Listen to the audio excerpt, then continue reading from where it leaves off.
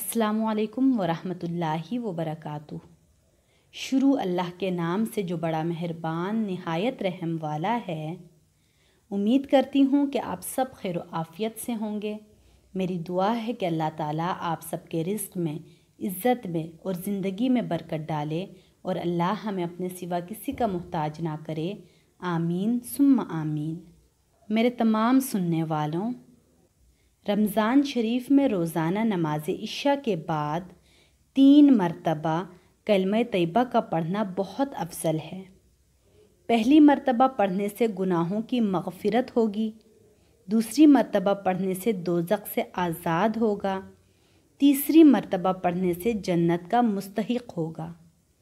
لا الہ الا اللہ محمد رسول اللہ۔ صرف آپ نے روزانہ نماز عشاء کے بعد 3 مرتبہ پڑھنا ہے۔ یہ ویڈیو خود بھی سنیں، اس پر عمل کریں اور ثواب کی نیت سے دوسروں کے ساتھ بھی شیئر کریں۔ اپنا بہت سارا خیال رکھیے گا اور اپنی دعاؤں میں ہمیشہ مجھے یاد رکھیے گا۔ اللہ حافظ۔